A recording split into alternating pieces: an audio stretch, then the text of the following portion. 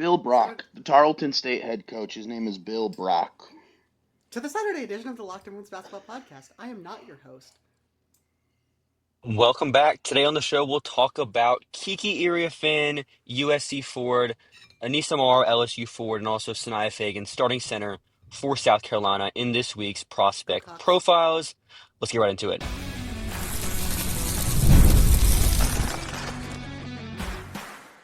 You are Locked On Women's Basketball, your daily podcast on women's basketball. Part of the Locked On Podcast Network. Your team every day. Welcome to Locked On Women's Basketball, the only podcast where your co-hosts start the podcast before the host knows it's happening. Today we'll be talking about, like I said, Kiki Iriafen, Aneesah Morrow, and Sania Feagin. We are free and available of your list podcast and on YouTube. My name is Hunter Cruse. I'm your Saturday host covering the WNBA Draft and Prospect Scouting. Today I'm joined by co-hosts Emily Adler and Lincoln Shafer. Emily covers draft stories on player development and the game within the game. Lincoln also contributes to our draft coverage here at The Next and Locked On Women's Basketball. To kick it off with Kiki Iriafen, this season at USC, transferring over from Stanford. On the season, she's averaging 18 points per game, 8 rebounds, almost 2 assists, 50% from 2. Very few three-point attempts. She's taken 12 of them and made 4 of them, and 83% from the line. Lincoln, to start, what's the biggest difference you've seen with Iriafen, the role, how she's produced from Stanford to USC? Other than worse. Yeah, the shot is the biggest difference. When you make 47% of your mid-range jumpers one season and a significantly lower number the next season, that's going to have a big impact on the way that you're defended, on the way that your production looks, and just on about everything that happens for you. So the question becomes, which season is more indicative of her shooting talent? A lot of this also comes down to Stanford playing in their Princeton offense where every read is structured, everything is built in. You see the defender come to the elbow from this side, so then you make the skip pass to the other side. You see that defender move that way, so you cut in this way. Everything is scripted. Nothing is scripted for Southern Cal right now. They have maybe 2 or 3 sets that they run each quarter, but then it's kind of just get the ball and cook who's ever in front of you. Uh, See if that works. And because they have Juju Watkins, that works a lot. Um, it's another issue with spacing for Iriafen at USC, playing with very good shooters at 3 or 4 positions around her at Stanford. Cameron Brink, an above-average shooter for a 5. Brooke Dimitri and Elena Bozgana and Hannah Jump around her on the wing positions is a big difference from Rhea Marshall and all of the freshmen at USC. Yeah, the sort of bad joke here is she's an interesting front court prospect. The third most interesting front court prospect at USC, one spot above Rhea Marshall. It's she's we saw what she could look like, I think, and we've talked about her probably more than anyone else this season, or at least sort of tied, and that's just because of the structure of the show, and what games kind of tended to happen around when we recorded. USC had one of the more interesting schedules in the country for sure. But I think it's really a thing of like we've seen a season she can have in a something approximating a professional context against something approximating professional competition. And we've also seen the fact that that's not really anything close to the median. So I think it's a question of fit, right? It's a question of, as a team, what you're looking at in terms of the difference between what changed that last year to this year, whether that was just because it was very consistent. She was especially consistent game to game. So it wasn't just, sort of hitting snake eyes 20 rolls in a row. So it's really, those things I mentioned, and it's also, do you think that your structure can set that up for success? Generally, the answer is going to be no, because no one's running Princeton at the pro level. You need players to be able to process at a higher level than she can, or at least that she's been able to show this year. But you still have this upside, I think, it should carry her at least to a pretty good spot. Yeah, and the interesting thing with Kiki to me is the context isn't just an offensive question because her defensive context matters a lot too. She's always played next to an elite rim protector, which means that she's never been asked to be a rim protector. Which, if she's ever asked to be a rim protector, it's not going to go very well from everything that we've seen on tape. She's better guarding twos and threes than fours and fives, which is pretty rare for a 6'3" player with her offensive profile. And a 6'8" wingspan, especially. I mean, I don't want to beat a dead horse here just because we've mentioned this before, but Trojan horse. But if you have the right front court defense, and you are also sort of smart enough, and your scouting department and your coaching and development are working synergistically together, there shouldn't be much problem with her defense. We all really like her defense within the roles that she's good at. As a wing stopper, as a wing defender, I think there's borderline plus here that you're looking at. But can you afford to play that at this position, given her offensive limitations and what that asks of your 30? Right, which actually makes Seattle an interesting fit because of players like Jordan Horston and Gabby Williams. ACL torn. I know, but as a long-term kind of thing, where you have these players who are more wing-like or guard-like offensively that can guard up and defend the fours at a higher level. Yeah, I mean, I don't disagree with that. I think theoretically, of course. Yeah. I mean, I think the issue is the offensive fit. I mean, it's always when you have these kinds of players, the issue is the offensive fit, because if they can't space, then sort of what are we doing here? This is kind of I want to believe in Ezzy as a 3-point shooter as well. Ezzy's a very capable 3-point shooter for a center. That's for a center. We're not talking about what people wanted Amanda. We're not talking about that one Amanda Zoe B season in New York when she suddenly could actually hit threes at like a high level. Yeah, stuff those.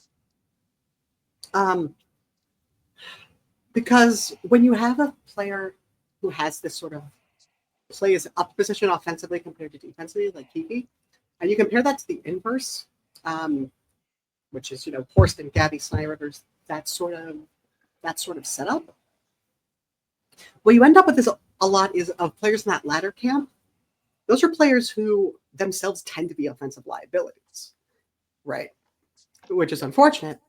And what that means is you almost go case by case. With Gabby Williams, you're going to have an issue because you're really, if Gabby Williams is not your clear-cut worst offensive player in a given lineup, you have issues, period. I think given what we saw last year in theory, with Horston, it could work. Run sort of empty pick and rolls with both of them, see what happens, I guess. With Rivers, it sounds fun. Does it sound workable? I don't know. With Rivers, that would be a disaster. Yeah, seriously. Run an infinite pick and roll with Jaden Donovan. The only other question that I have written in my notes here is about the occasional passivity offensively that we see, where she just gets into this mode where Kiki is getting to what is just kind of the elbows and going up with jumpers when you really want her to be getting all the way to the rim. That's just something that has popped up several times this season to me, is that she's settling for these jumpers offensively. And I would like to clarify that I brought up that 50%. issue in the middle of last season, and I was and I was told, nah, it's probably fine. Yeah, because she was shooting 50% on them. Well, I was told it wasn't an issue going. I was told it definitely wasn't an issue going for, and I was like, well, if she just keeps shooting this, It's not an issue. She shoots great. 31% of her shots. I'm feeling like dashboard confessional right now. I'm highly vindicated. What I was saying is 31% of her shots are in the mid-range versus quad ones compared to 24% versus quad fours. So. You love that CBB Analytics quad one filter. I'm just saying, like in the big game, she's tending to take more. That's great. No, it's a good filter. My point. Yeah, Shout out, Nick. Shout out CBB Analytics for removing like the fraud games. So it's helpful, and I think Kiki, I still would have her probably higher than M would, maybe even Lincoln would. I just think that if it breaks right, her ceiling is higher than, I think I would bet on her more than like Sania Rivers, for example. I think the upside the probability of like what actually could happen is more realistic to me. So before we finish the first segment, what are your grades for Kiki as a prospect?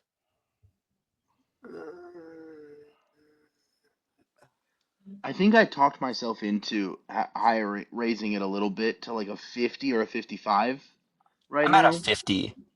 Yeah. I Yeah, was I was my look notes. Sorry, go ahead. I was thinking 45, but I talked myself into a 50. My notes say 5, but that feels wrong. Like especially in comparison to the other players in this class, it feels wrong.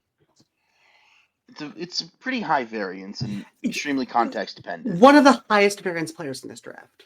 I still feel like she has a baseline of athleticism and like okay, she can Good, defend yeah. on the wing to be like I mean, like sure, so does a Sania 4 at the Rivers, and worst. sure, so I does don't Sania Rivers, but Sania Rivers' I like don't know. median outcome Sanaya is Rivers' like offense playable. could be like, yeah. I think Kiki could be Iriafen playable, but has shot it's horribly in some peak games this year. For these reasons. I would bet on it more, but I'm not saying wouldn't, but like a little. It feels like they should be about the same grade, if not only a little bit apart. let's get to our first ad break, then talk about Aneesah Morrow. LSU leads the country in rebounds, I believe, this season, having one of the best rebounding Correct. seasons we've ever seen in college basketball history. Let's get the first ad break. March Madness is almost here, and FanDuel will give you the chance to get on the action like never before. Right now, new customers can get $200 in bonus bets when your first $5 bet wins. That's $200 to get everything from buzzer beaters to Cinderella stories, and even who's cutting down the net. Picking your favorites.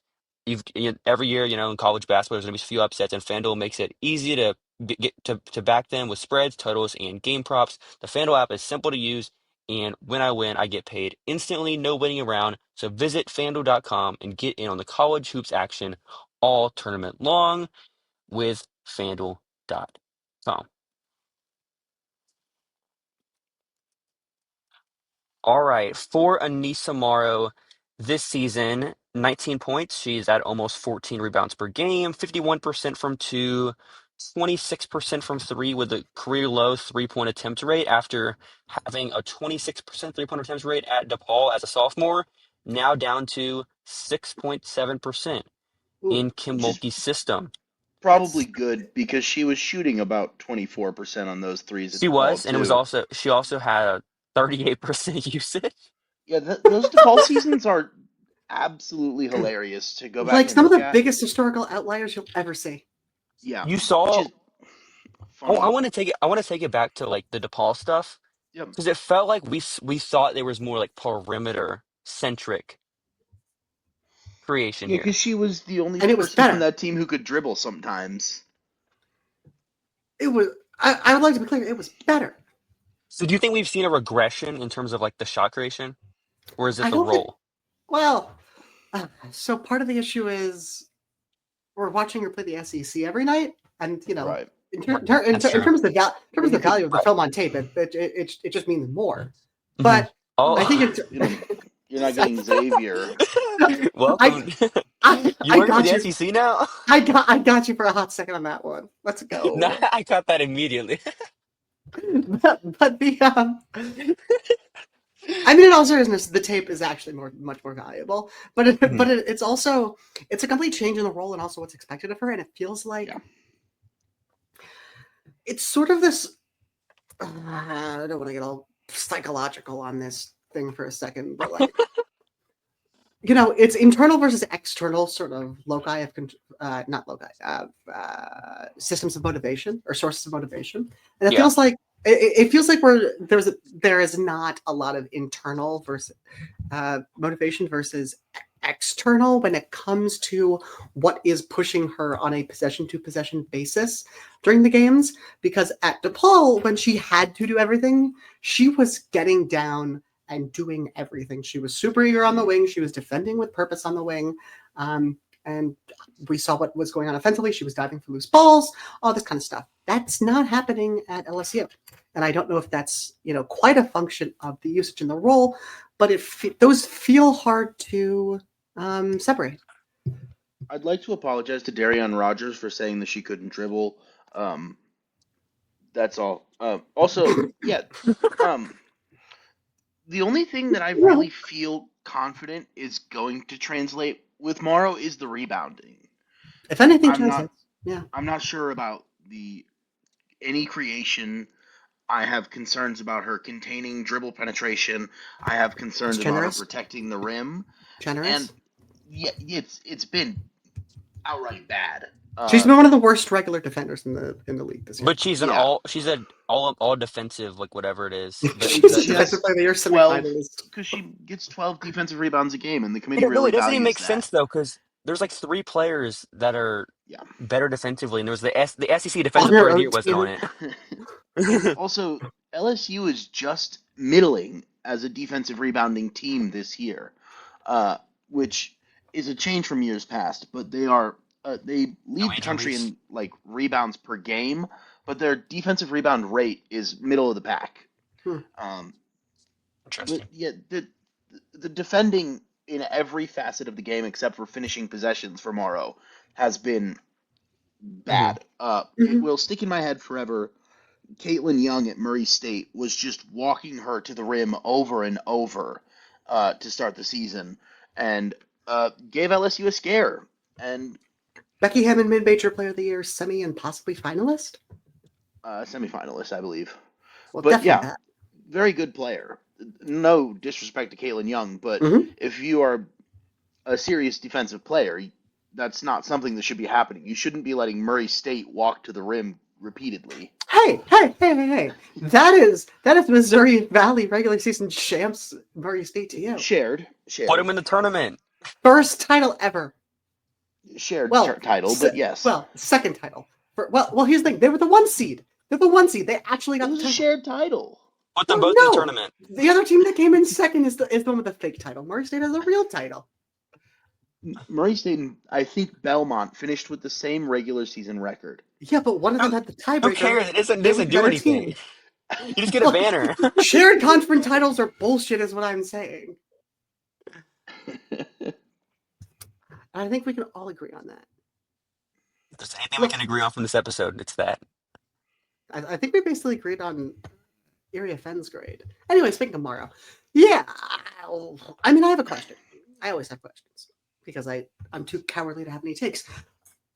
Comparing this year to last year, Mhm. does it feel like there's been any real major regression in ability or performance, or does it feel like the role has simply shifted what we're seeing? It's a role. I think it's what she's being asked to do is a little bit different versus like playing with Yeah. Angel. That I think covered Yeah. up some of what she does wrong. hmm Yeah. The Angel dog factor multiplier is gone. And It's real. I'm. It's It's real. Don't real. roll your It's eyes. so That's real. Yeah, real. I've watched Blau play this season. It's very obviously real. Yeah, Blah, and whatever. it's just a. Her nickname makes It way more is a sense spelled different than role. pronounced. Big four. Is one of them Aaliyah Del Rosario? Yeah, it's to me, it's a function of role. Do you think it's possible to fit that in the W? I think it's Last year's possible in role? the. Aneesah Morrow is the hardest player for us to grade just because like we're not doing team specific stuff. That's I don't think it's that like hard. y- I don't know. There's some team that I don't know. There's a team that like I think could perfect situation. Yes. Solid Weezer song.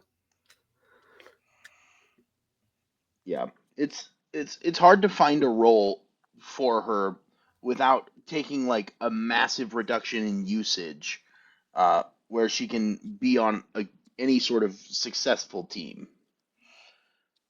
We said that same thing with Angel, but it's like I think it's to an even further degree with Morrow. Yeah, Yeah, because yeah. Angel is a better defender and passer. And And I think also, we and did have also her ranked with too low and, because yeah, of and that. also with Angel, there's look, I could be wrong at some point, but with Angel, it's not the game you look at and you say, oh, the usage principle is in effect here. Decrease her usage and we'll up the efficiency. Like that's impossible given what she does. We saw that in Mhm. terms of her finishing last year. But with Morrow, like you can at least cut out the hard shots in theory. Like Angel's gonna shoot the same on easy and bad shots, no matter what. But like with Morrow, in theory, you can at least cut out the worst shots, and you're left with better shots. In theory. So, yeah, I Yeah. mean, beyond that, she's got a +3 wingspan. What's the Helps. grade? Ooh. Soft 4. Yeah, I was just thinking of 40. Yeah, I'm like 3, maybe. That doesn't surprise me. It's like a 3, a 4. I can't get higher. No, Yep. I mean higher than that, and the median outcome is like someone who Right. is who's at least a regular on a bad team, and like that I feels feel like like an she's accomplishment. she's Just she's defensively, that feels like an accomplishment if she could get there. she's going to get more chances than like someone we're talking about in Sania Feagin. I think just because of like the accolades and stuff I like think that, just she's because of the gonna get rebounding, she'll keep getting chances. Like yeah, she's gonna get chances. you're at least getting one positive, right? She has the elite skill, and that's gonna get her like some camp deals. Yeah. That's gonna get her some mid-season contracts. That's gonna give her a Annalie chance to get Maley on got the court. called back. God, Jesus Christ. Yeah, I mean, she's at least not high variance, I think. Which, if you're playing her for the rebounding, is good. She's gonna Dot do dot what she's dot. gonna do. It Uh, is what it is. And with her, it is barely. it The Defense. toughest part is if you go through like a mock exercise of like, okay, if I'm the team, what am I gonna do here? As you do it, you're like, I like this player more than Morrow for this team. As you keep going, you're like, this player makes more sense. This player makes more sense, and then you get to like Well, yeah, because they're all better. 14. You have her 14th in the class. That's generous. No, I'm just saying you get to 14, you're like, oh, she's still on the board. I hope so. She's like, I'm somewhere in that range. Yeah. She's a second round prospect. For us, yeah. I mean, it always takes one team to be weird, and we know that W teams don't evaluate based on median future projection. Connecticut. Hey, they She's drafted Layla. They drafted Layla Lakon. I just think Different she's. front I just office. I mean, Actually, the same front office. it's a different GM and it's a different they like coach. reshuffled. They like moved around chairs. Oh yeah, Darius Taylor was like basically demoted, right? Yeah, Mr. Yeah, Demoted Mr. himself. Johnny Taylor. Mr. Johnny Taylor. I know. That's like the second episode in a row we've referenced him. Shout out. But let's get to our final ad break, and then we'll talk about Sania Feagin, who Sania Feagin's so fun. Shout out Lincoln for the Sania Feagin propaganda for 2 years straight on the podcast.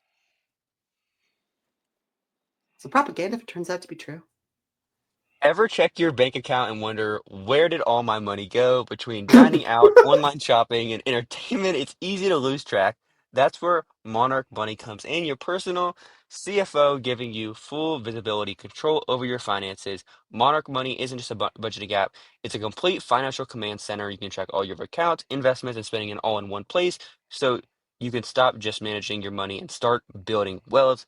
Take control of your finances with Monarch Money. When I started whenever you start using Monarch Money, you realize how much you're spending on food delivery. Now you can budget smarter and save more. Use code locked on MBH at monarchmoney.com for 50% off your first year. That's monarchmoney.com, code locked on MBA for half off your first year.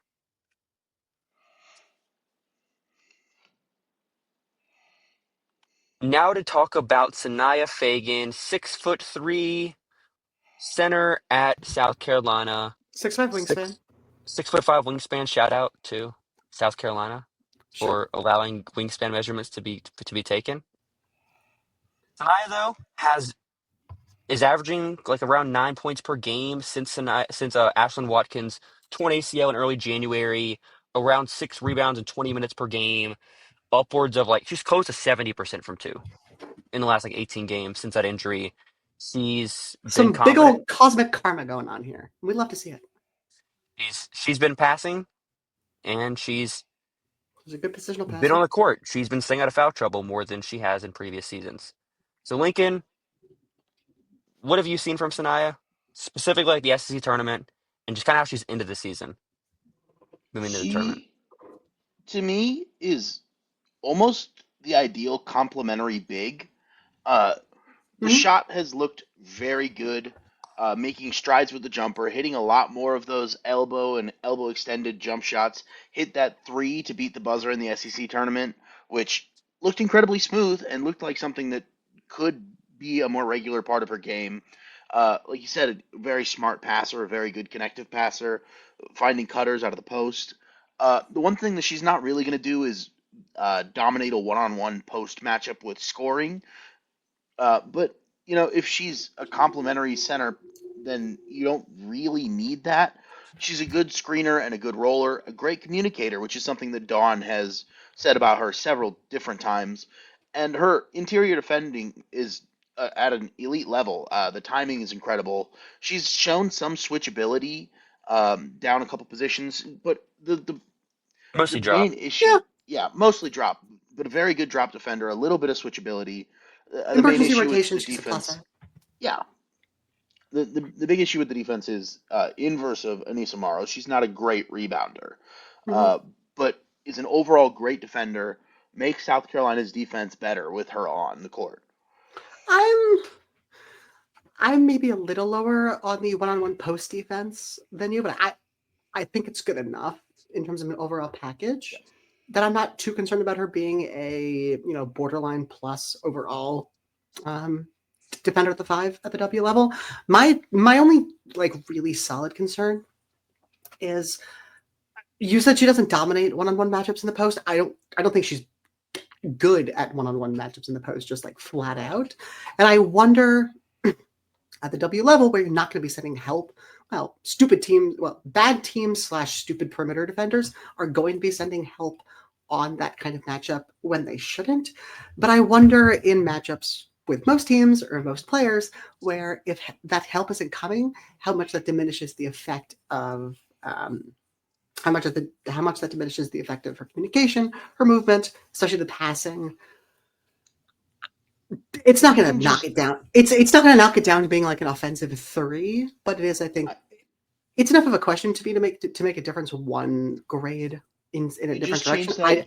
I don't know where I'm falling on it, but you just change that usage from the post to delay sets, and she's running the ball at the top of the key instead of on the block, and I think that gets rid of a lot of the issues there. Right, but it changes how defenses have to respect her as a roller. Sure. That makes it a lot harder. I mean, either way, I think the big thing here is Devar Gobert, but to go back to that, I don't think that you can switch like a 1 or a 2 onto her and get away with that. That's not something that you're going to get away with. No, but like a strong 3 or any 4, you can probably get away with. Sure.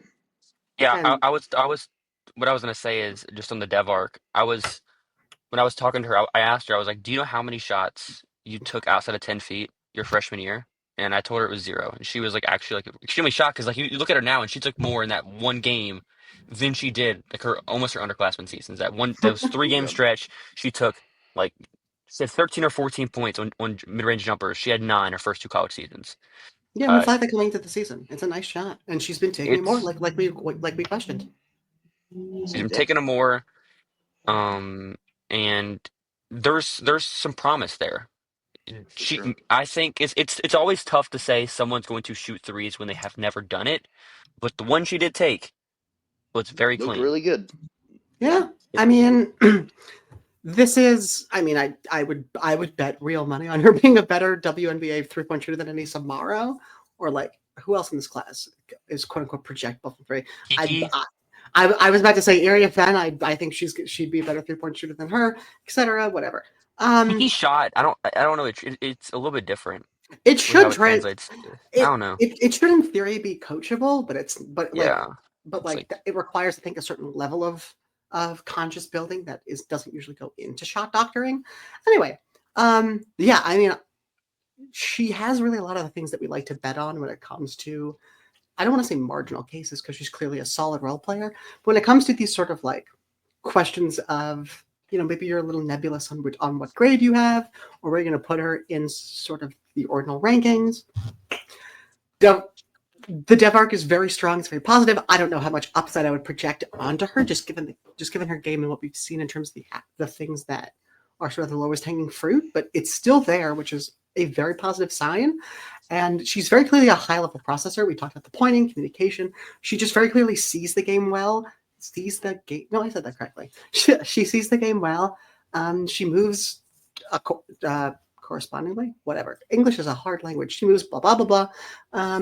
And she just reacts quickly and gets stuff going. And that is the kind of thing that does translate. Like, if you're comparing her to who do we want to be like a depth center option last year? Natasha Mack?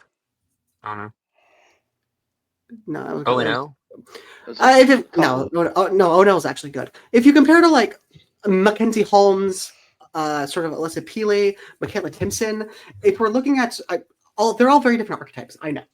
But if you're comparing the actual carrying traits and what we're seeing is like, sort of players who project to be backup centers to the W, but you're not, you sort of have to decide one way or the other. Is this person a like first round to second round target, or is this person someone you could let fall the third round without really caring about? What Feagin has I'm not saying be smart, but what Feagin has going for her are the very positive signs that differentiate her from the other players that you might be tempted to put in the same bucket. To close out this conversation, what are our grades for Sania Feagin entering the tournament? My hot take is I might have her the highest of this group of three. Over Um, Kiki? I might. It's a soft 5, high 45 for me right now.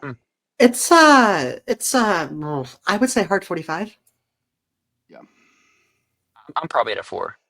I want to see how the tournament Oh, goes. the irony. It's wild. It's wild. I want to But see yeah, how I would the question is, probably go. No, my defense is I think it's always been the game to game stuff with Sania. Like she'll have that usually a comes couple. last in terms of development. Is my argument. Fair point. But hey, Yeah, I mean, I would have her the same grade as you if it wasn't for specifically the soft sage. If it wasn't for the soft factors of development, arc, and processing. anyways, thanks, McDonald's Basketball, your first listen every day. Join us back next week for continued coverage of women's college basketball and the WNBA Draft. We'll be talking about some more international prospects next week. We're going to be talking about the French League Woo! prospects. This is what I live for. So we'll be back, talk about that and more. Have a great rest of your weekend, everyone.